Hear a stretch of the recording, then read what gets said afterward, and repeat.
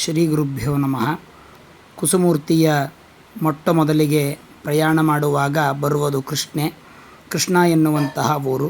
ಈ ಕೃಷ್ಣ ಊರಿನಿಂದ ಸ್ಟೇಷನ್ನು, ಇಲ್ಲಿಂದ ಬಲಗಡೆ ತಿರುಗಿ ನಮ್ಮ ಪ್ರಯಾಣವನ್ನು ಪ್ರಾರಂಭ ಮಾಡಿಕೊಳ್ಳಬೇಕು. ಕೃಷ್ಣ ತೀರ ಇದು ಬಹಳ ವಿಶೇಷ. ಕೃಷ್ಣ ನದಿಯು ಕೃಷ್ಣ ಎನ್ನುವಂಥ ಊರು. ಈ ಊರಿನಿಂದ ನಾವು ಬಂದಾಗ ಬಲಗಡೆ ತಿರುಗಿದಾಗ ಈ ಒಂದು ಬ್ರಿಡ್ಜು ಕೆಳಗಡೆ ಅಂಡರ್ ಪಾಸ್ ಮಾಡಿ ಪಕ್ಕದಲ್ಲಿ ರೈಲು ಹಳಿಯ ಪಕ್ಕದಿಂದಲೇ ನಾವು ಸಾಗುತ್ತೇವೆ.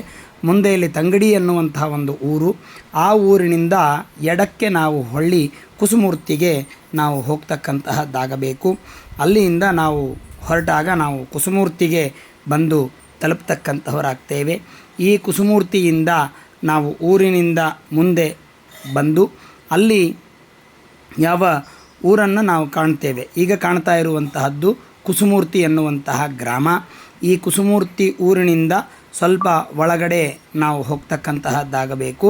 ಈ ಕುಸುಮೂರ್ತಿ ಒಳಗಡೆ ಬಂದ ಮೇಲೆ ಮತ್ತೆ ಮುಂಭಾಗದಲ್ಲಿ ಎಡಕ್ಕೆ ತಿರುಗಬೇಕು.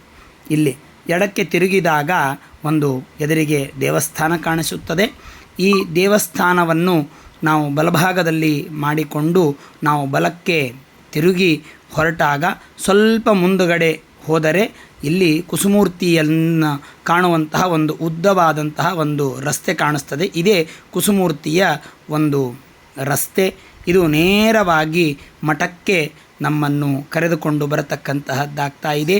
ಇಂತಹ ಪವಿತ್ರವಾದಂತಹ ಕ್ಷೇತ್ರ ಕುಸುಮೂರ್ತಿ ರಾಯರ ಸನ್ನಿಧಾನಕ್ಕೆ ನಾವು ಬಂದು ತಲುಪಿದ್ದೇವೆ. ಶ್ರೀ ಗುರುಭ್ಯೋ ನಮಃ. ವಿದೋಷವಾಶ್ಚಿಂತಿತ ಸನ್ಮನೋರಥ ಪ್ರದಸ್ಸು ಭೀಮಂಡನ ಮಂಡನಾಯಿತಃ ಸದಾ ಮಮಾಜ್ಞಾನತಮೋ ವಿನಾಶಕ ಶ್ರುತೀಶು ಚಿಂತಾಮಣಿರಸ್ತು ಭೂತಿತಃ. ಶ್ರೀ ಗುರುಭ್ಯೋ ನಮಃ. ವೇದವ್ಯಾಸಾಂಬುಧೇರ್ಜಾತಃ ವೇದೇಶ ಜ್ಞಾನಚಂದ್ರಿಕಃ ಕೃಷ್ಣದ್ವೈಪಾಯನಂದುರ್ಮೇ ಸಂತಾಪಾನ್ ಹಂತು ಸಂತತಂ. ಶ್ರೀ ಗುರುಭ್ಯೋ ನಮಃ. ಶ್ರೀ ಗುರುಭ್ಯೋ ನಮಃ. ಶ್ರೀ ಗುರುಭ್ಯೋ ನಮಃ. ಪರಮ ಪವಿತ್ರವಾದ ಭೀಮಾ ತೀರ, ದಕ್ಷಿಣ ವಾಹಿನಿಯ ಒಂದು ದಿವ್ಯ ಸನ್ನಿಧಾನ. ನ ಗಂಗಾ ನ ಗಯಾ ಕಾಶಿ ನ ವೇಣಿ ನ ಚ ಪುಷ್ಕರಂ ನ ಚಾಪಿ ಕೌರವಂ ಕ್ಷೇತ್ರಂ ಭೀಮಾ ದಕ್ಷಿಣ ವಾಹಿನಿ.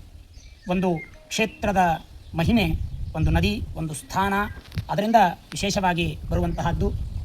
ಗಂಗಾ, ಕಾಶಿ, ನರ್ಮದಾ, ಪುಷ್ಕರ ಎಲ್ಲವಕ್ಕೂ ಸಮಾನವಾದ ಒಂದು ಕ್ಷೇತ್ರ. ಅದು ಭೀಮಾ ದಕ್ಷಿಣಿ, ಅದು ಭೀಮೆ. ಇಲ್ಲಿ ಒಂದು ಕ್ಷೇತ್ರದಲ್ಲಿ ವಾಸ ಮಾಡುವುದು, ಇಲ್ಲಿ ಬಂದು ಸ್ನಾನ ಮಾಡುವುದು, ಇಲ್ಲಿ ಬಂದು ಧರ್ಮ ಕಾರ್ಯವನ್ನು ಮಾಡುವುದು ಅನಂತ ಪುಣ್ಯ ಫಲದಾಯಕ ಅಂತ ಪುರಾಣ ವಚನಗಳು ನಮಗೆ ತಿಳಿಸಿಕೊಡುವಂತಹ ಒಂದು ಪವಿತ್ರ ಸ್ಥಾನ ಕುಸುಮೂರ್ತಿ.